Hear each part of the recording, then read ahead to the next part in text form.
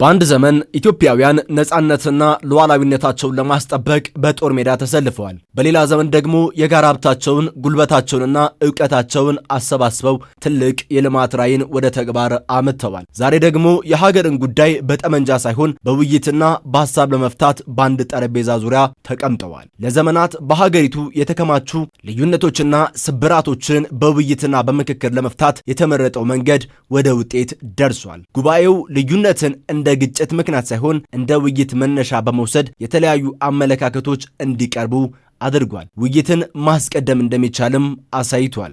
እኔነት ከሚለው ሐሳብ ወደ እኛነት እየመጣን እኛነት ከሚለው ተመልሰን ወደ ሀገራችን ሰላም ወደሚለው ወደ ጋራ መግባባት መተናል።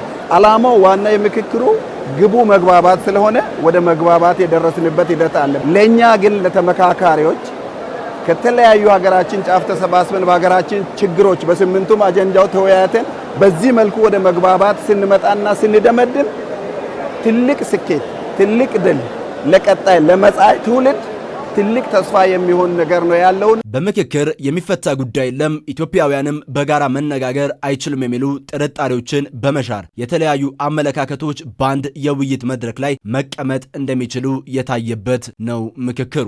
ከተለያዩ አቅጣጫዎች የመጡ ተሳታፊዎች ሐሳባቸውን በነጻነት አቅርበዋል። ልዩነቶችን ለመደበቅ ሳይሆን ለመነጋገር፣ ለመደማመጥና የጋራ መግባቢያ ለመፈለግ ተቀምጠዋል። አትችሉም ያሉን ውሸት ነው፣ መነጋገር እንችላለን፣ በአንድ ጠረጴዛ ዙሪያ ላይ መነጋገር እንችላለን የሚል እድምታ ነው ያየሁት። ኢትዮጵያውያን ለብዙ ዓመታት አንድ ላይ የመኖር እንዲሁም ደግሞ አንድ ላይ ባህልን ሼር የማድረግ ሁኔታ ውስጥ ነበሩ።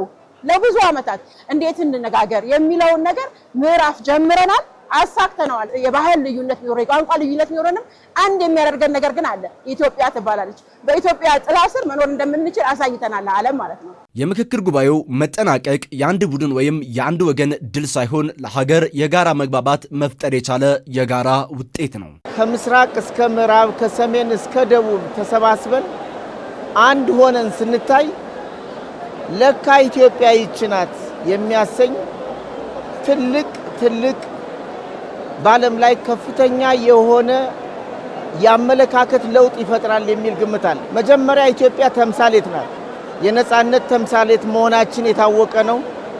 ዛሬ ደግሞ እንደዚህ ከያለንበት ተሰባስበን ከውስጥም ከውጭም ተሰባስበን አንድ ሆነን ሲያዩን ለካ ከመዋጋት ተሰብስቦ መነጋገር፣ መወያየት መፍትሄ ነው የሚል እምነት ይኖራቸዋል። የአድዋ ድል ሉዓላዊነትን በጋራ ትግል እንደጠበቀ ሁሉ የምክክር ውጤትም የሀገርን ሰላም፣ አንድነትና የጋራ ተስፋን በውይይት ማጠናከር አስችሏል። ለአፍሪካ፣ ለአህጉር፣ ለዓለም፣ ለምዕራባውያን ሌላ አድዋ ጽፈናል።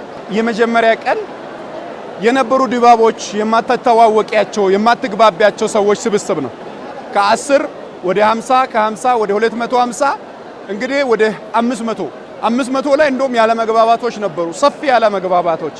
እነኛ ያለ መግባባቶች ወደ መግባባት መተን ማክረን ተሸንፈን ኩርፊያን በፍቅር አሸንፈን ሁላችንም ተለቃቅሰን ኢትዮጵያ የምትባለው ሀገር በእኛ ዘመና በእኛ መክራ ለልጆቻችን ለነገው ትውልድ ትልቅ አሻራ ጽፈናል። ይሄ ታሪክ ደግሞ የሁላችንም ስለሆነ ሞላው የኢትዮጵያ ሕዝብ ሞላው አርብቶ አደር፣ አርሶ አደር፣ መምህር፣ ተማሪ ሁሉ ተመራማሪ እንግዲህ ደስ ሊሎ ይገባል። የተጀመረው በጋራ ድል ነው፣ የተጠናቀቀውም በጋራ ብስራት ነው። ቀጣዩ ፈተናን ደግሞ የጉባኤውን ውጤት ወደ ተግባር ማሸጋገር ይሆናል።